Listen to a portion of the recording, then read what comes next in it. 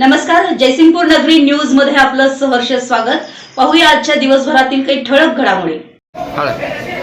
राजश्री शाहू विकास आघाडीनं शिरोळ जिल्हा परिषदेच्या साथी आणि पंचायत समितीच्या 14 जागेवर उमेदवार उभा करण्याचा प्रयत्न केला। खरं म्हणजे महायुती म्हणून एकत्रित ही निवडणूक लढवावी अशा पद्धतीची भूमिका आम्ही सुरुवातीला घेतलेली होती।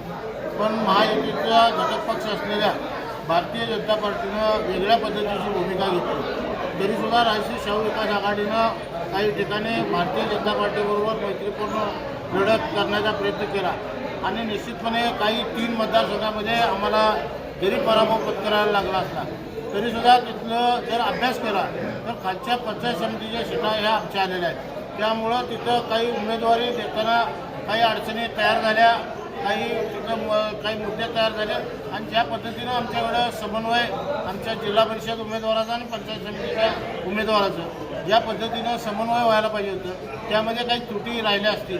त्यामुळं या ठिकाणी त्या 3 मतदारसंघात गेल्या। येणाऱ्या काळामध्ये तिथंसुद्धा अतिशय चांगल्या पद्धतीचं काम करून परत तिथं सुधारणा कशा पद्धतीने करता येईल हे बघण्याचा आम्ही निश्चितपणे प्रयत्न करू।